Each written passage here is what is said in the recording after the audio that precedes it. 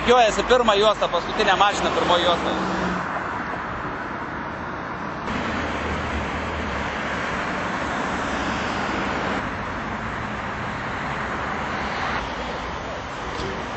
Edgarai, sakyk pažeidimą. Greitis 84, 17:48. Tinka.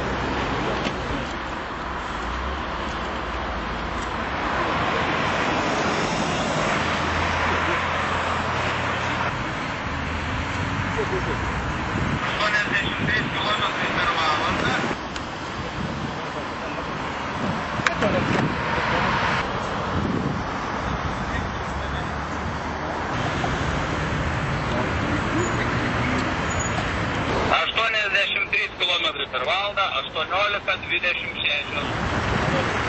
Greičiai sutiko, ne?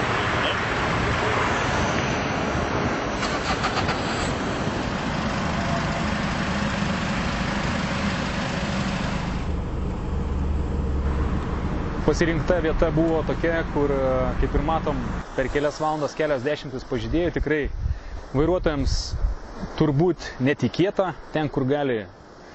Jie tikisi tikrai nestovėti policijos pareigūnai ir fiksuoti kelių eismo taisyklių pažeidimus. Tai rodo tai, kad vairuotojai, žinodami, kad ten nestovės tikrai policijos pareigūnai, daro tikrai itin grubius kelių eismo taisyklių pažeidimus ir visokiausius pažeidimus nuo kalbėjimo telefonu, tiek saugos diržo nenaudojimo ir, kaip ir matom, viršytas važiavimo greitis netgi 46 km daugiau nei kad leistinas, 96 km, tai miesto sąlygomis itin grubus pažeidimas. Jeigu greitis yra miesto sąlygom beveik 100, tai įsivaizduokim tokiom sąlygom, kai yra tikrai intensyvus eismas, manevravimas, tai tik tai žingsnis iki skaudžių nelaimių.